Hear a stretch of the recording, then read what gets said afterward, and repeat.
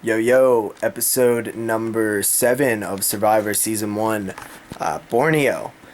And this is titled The Merger from July 12th, the year 2000. A couple things happened in this episode. One, we have the merge, obviously, but back when they still did the ambassador thing, where two members were chosen from each tribe to visit the opposite tribe and kind of see the living conditions and whatnot. You have Jenna from Pagong and you have Sean from Tagi, and they're checking out the other's tribe beach camp. And it's funny because Tagi's just like eating stingray and a bunch of fish, and then it cuts to Pagong and they're like chewing on sticks. That definitely leads to some funny laughs.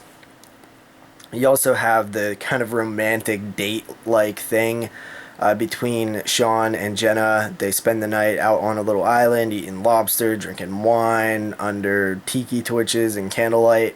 You could tell that the production and the ideas for the show were very very early stages of development. They didn't really know how things were going to work, and they probably had this idea that we're gonna take the two attractive contestants, put them out there, and the elements are gonna be right, and it's gonna be this big, dramatic, romantic scene for TV. But really, the show Survivor has never really been about that.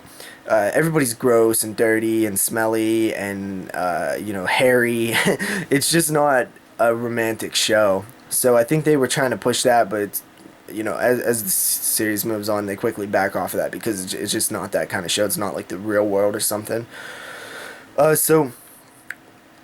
that was cool. It was cool to see them, enjoy that. Then you have the actual merge, which was a lot of fun because you have these, groups of people who are stuck with the same people day after day, and they're just let loose, and they have a whole new group of people to, talk to. Because let's face it, you probably learn everybody's stories, hear everything there is to know about them within the first week, and so now you have a whole new group of people to bond with and stuff. And of course, then the individual immunity challenges. I've always kind of liked the individual immunity challenges, and I like this one. This one was cool, though, holding your breath underwater. I've always liked the endurance or the willpower challenges much more than like the puzzle challenges.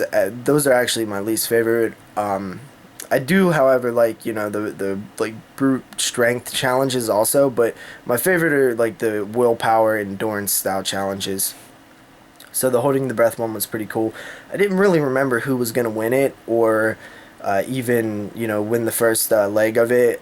It's been so long since I've seen it. I actually was expecting vastly different people to win that than the people that actually did. So that was kind of a surprise. Pretty good episode. I really enjoyed the merge episodes, and this one in particular was one of the better episodes of the season.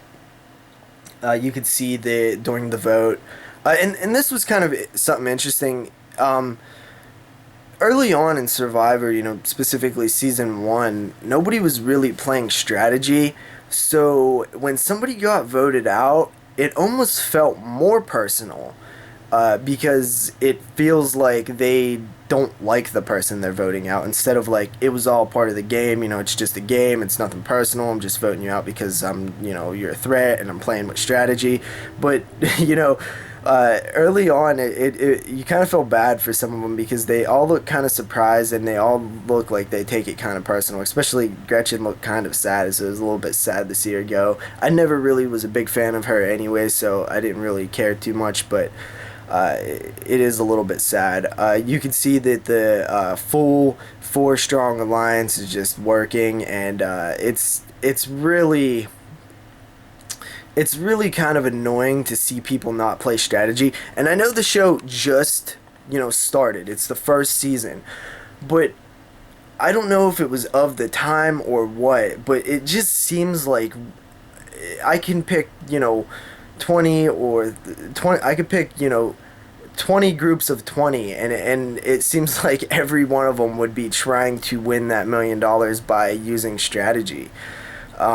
It seems so weird to me that there are people who just aren't that worried about winning the money. I mean, it's $1 million. I never really understood why it took so long for the strategy to pick up in Survivor. And yeah, so that was episode number 7. Move along to episode number 8, and having a blast doing this. I can't wait to, I'm really excited to see the final tribal council. I remember that one being a pretty good one, and then I'm actually really excited to move on to season 2 and 3 because that's when the show really starts picking up. But for right now, we're stuck in Borneo, and I'll see you guys next time.